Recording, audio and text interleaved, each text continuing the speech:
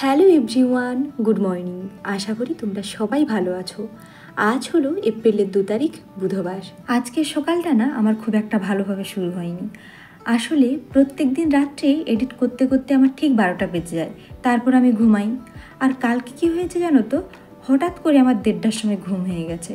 তারপর দেখলাম কারেন্ট নেই আর খুব গরম, আমি পুরো ঘেমে গেছি একদম। হাত পাখাটা নাড়ছিলাম কিন্তু ঘুম ধরছিল না, ভাবছিলাম হয়তো কারেন্ট চলে আসবে। আর এই করতে করতে বেজে গেছে 2:30। তখন ভাবলাম যে ওই মেঝেটা একটু আমি মুছে নিই, ওখানে শুয়ে পড়বো, তাহলে মেঝেটা ঠান্ডা ঠান্ডা লাগবে, ঘুম ধরে যাবে। তারপর জানো তো আমি উঠে ওই 2:30টার সময় মেঝেটা মুছে নিয়েছি আর শুতে যাব, সেই মুহূর্তে কারেন্টটা এলো। কী রাগ উঠলো জানো তো, যে আমি এইমাত্র মেঝেটা মুছেছি আর তখনই কারেন্টটা এসেছে। তারপর আর বিছানাতে শুইনি, যেন মনে হচ্ছিলো বিছানা দিয়ে আগুন বেরোচ্ছে। আমি ওই মেঝেটা দিয়ে মুছেছি না, ওখানেই শুয়ে পড়েছি পাখাটা ছেড়ে।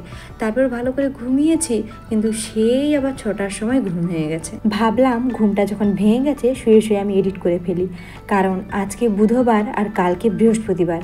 বৃহস্পতিবার আমার একটা গানের টিউটোরিয়াল ভিডিও দিতে হয়, এই জন্য আমি শুয়ে শুয়ে এডিট করে ফেলেছি।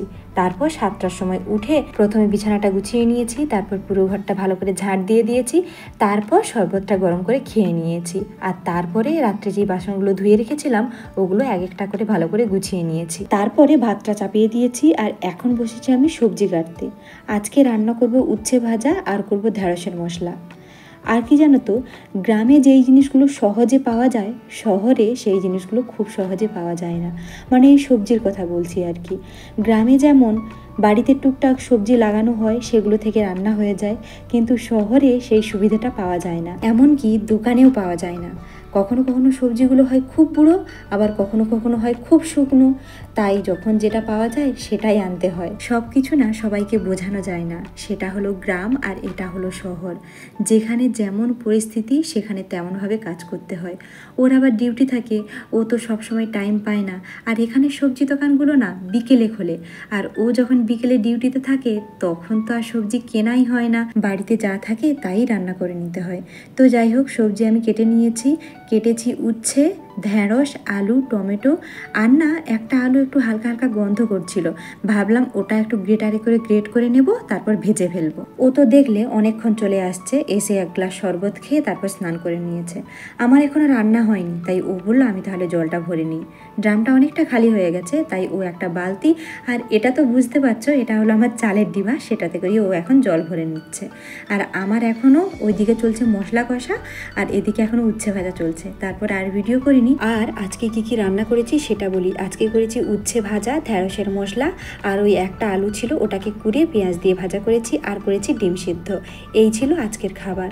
আর জানো তো, যখন আলুটা ভাজা করছিলাম, যা আলুটা তেলের মধ্যে দিয়েছি, তেলটা কেমন ছিটকিয়েছে দেখেছো। তারপরে গ্যাসটা ভালো করে মুছে বাসনপত্রগুলো ধুয়ে হেডফোনে গল্প শুনতে শুনতে প্রথমে হাতে পায়ে নেল পালিশটা তুলেছি, আর তারপরে গানের স্বরলিপি লিখছিলাম। আর এইসব করতে করতে হেডফোনের চার্জ শেষ। তারপরে আমি হেডফোনের চার্জ দিয়ে স্নান করতে গেছিলাম। এখন স্নান সেরে চলে আসছি, এখন এসে আয়নার সামনে একটু দাঁড়িয়ে দাঁড়িয়ে ভিডিও করছি। আমি কি স্বপ্ন দেখছি না, নিজে নিজে টাকলা হচ্ছে, আচ্ছা নেড়া হচ্ছে। আচ্ছা, সেটা দেখে তুমি তোমায় হাসতেছো। তোমার স্বপ্ন যেন সত্যি না হয়। যদি সত্যি হয় কি তুমি কি কাঁদবে? তুমি স্বপ্নতে আমাকে ইনসাল্ট করছো। স্বপ্নেতে আমি ইনসাল্ট করে দিয়েছি? কেমন করে? আমার ভাগ্যটা তাহলে দেখলে তো, আমার বর কিন্তু আমাকে নিয়ে এখনও স্বপ্ন দেখে। যতই স্বপ্নের মধ্যে ওকে আমি ইনসাল্ট করি না কেন, আমাকে নিয়ে স্বপ্ন দেখেছে তো, এটাই কত বড় ব্যাপার বলো তো আমার জন্য। তো যাই হোক, ওখানে না আবার বাজে কথা বলছিল, এই জন্য আবার একটু পিটন খেলো। ও ঘুম থেকে ওঠার পর বলল খিদে পাচ্ছে, আমাকেও হালকা হালকা খিদে পাচ্ছিল, কিন্তু মুড়ি খেতে ইচ্ছে করছিল না। তাই ও বলল আমি আটা মাখিয়ে দিচ্ছি, তুমি বেলে ভেজে নাও। তারপর আটাটাও মাখিয়ে দিল, আর আমি এখন বেলে ভেজে নিচ্ছি। আটা মাখাতে আমার খুব একটা ভালো লাগে না, শুধুমাত্র কাজটা করতে হয়, এই জন্য আমি বাধ্য হয়ে করি। আজকেও আটাটা মাখিয়ে দিল, তাই আমার খুব সাহায্য হলো। আর কি হয় জানো তো, আটাতেও নুনের পরিমাণ ঠিকমতো বুঝতে পারে না, আর লেচিটা এত বড় বড় করেছে, এই জন্য রুটিগুলোও খুব বড় বড় হয়েছে। আর ওকে আমি বলছি রুটি যদি না ফুলেছে দেখবে তোমাকে কি করতে হয়। এখন বাজে 4:30 5টার মতো। এখন এখন রুটি খাচ্ছি, রাত্রে ভাত করব।